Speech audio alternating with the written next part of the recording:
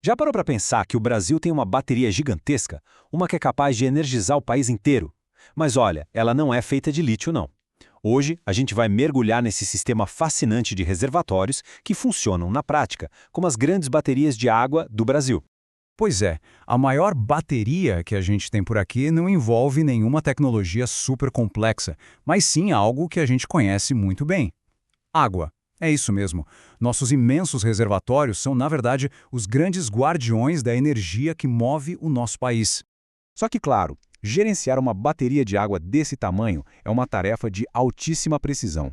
Afinal de contas, ela foi projetada para resolver um desafio que é absolutamente central para o país. E que desafio, hein?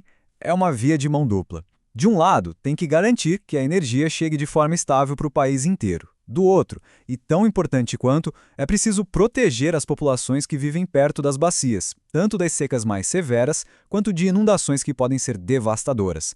É um equilíbrio super delicado, ajustado a todo momento. Então, como é que se consegue esse equilíbrio? Bom, a resposta está na mão do Operador Nacional do Sistema Elétrico, o famoso ONS. Ele, junto com as usinas, usa um sistema bem sofisticado com 4 níveis, 4 estados operacionais, para dar conta de tudo. Vamos entender direitinho como isso funciona.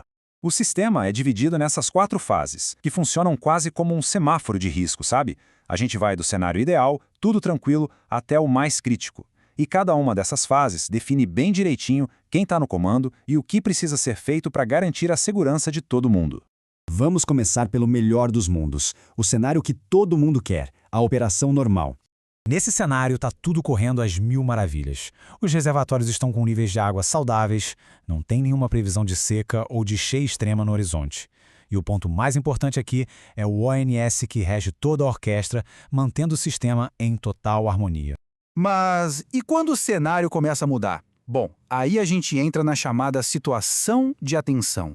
É o sinal amarelo do sistema. Pode ser, por exemplo, o comecinho de uma seca mais longa, ou talvez uma falha em algum equipamento de controle. O ONS continua no comando, mas agora, claro, opera com atenção redobrada, monitorando cada detalhe bem de pertinho. Agora a coisa começa a ficar mais séria. Na situação de alerta, acontece uma virada de chave, uma mudança de comando que é fundamental. Aqui acontece a passagem de bastão. Se existe um risco real, iminente, de violar os limites de vazão de água, seja para mais ou para menos, a própria usina assume o controle. E por quê? Porque as decisões precisam ser tomadas ali, na hora, no local, para evitar que o problema cresça. A resposta tem que ser imediata. E finalmente chegamos ao nível mais crítico de todos, a situação de emergência. Aqui, o problema não é mais um risco, ele já aconteceu. Já existe uma violação real das regras de operação. Ou então aconteceram coisas bem graves, como, por exemplo, a perda total de comunicação com a central de controle ou, no pior cenário de todos, um risco à estrutura da barragem. O comando continua com a usina, que precisa agir para ontem. Então, só para a gente resumir e organizar as ideias. Em cenários de normalidade ou de atenção, o ONS coordena tudo com aquela visão macro, olhando o país como um todo. Mas quando o risco aperta e se torna iminente ou real, o controle desce para a usina, que tem a capacidade de resposta local e imediata, agindo direto na fonte do problema. Bom, a gente falou sobre como o sistema lida com os riscos, mas tem um mecanismo de segurança integrado que é simplesmente fascinante. É uma espécie de amortecedor secreto para lidar com eventos que chegam de surpresa. A pergunta que fica é: como é possível se preparar para uma inundação repentina, uma chuva gigantesca que ninguém esperava? Como se evita que a barragem simplesmente transborde de forma descontrolada? A resposta está num conceito genial, chamado volume de espera. Isso aqui não é água para gerar energia, muito pelo contrário. É um espaço que é mantido vazio de propósito dentro do reservatório. A única função dele é ser como uma esponja, um amortecedor gigante. Olha só, esse diagrama mostra perfeitamente como funciona. Quando vem aquela chuva torrencial inesperada, essa água toda em excesso vai preencher primeiro o volume de espera, esse espaço vazio.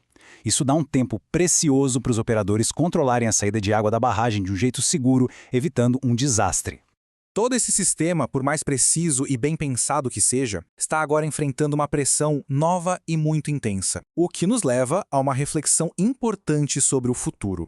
O aumento de eventos climáticos extremos, como as secas históricas que a gente tem visto e as tempestades cada vez mais severas, está testando todos esses níveis de operação e esses mecanismos de segurança de uma forma que a gente nunca viu antes. No fim das contas, o ponto central é este aqui. A gestão da água no Brasil é um ato constante de equilíbrio entre a nossa sede por energia e a necessidade de segurança climática para a população. Uma coisa simplesmente não existe sem a outra. Isso tudo deixa a gente com uma pergunta fundamental para o futuro. Com esse novo normal climático se tornando, bem, normal, como é que o setor elétrico e o ONS devem se preparar para continuar garantindo tanta energia quanto a segurança do país?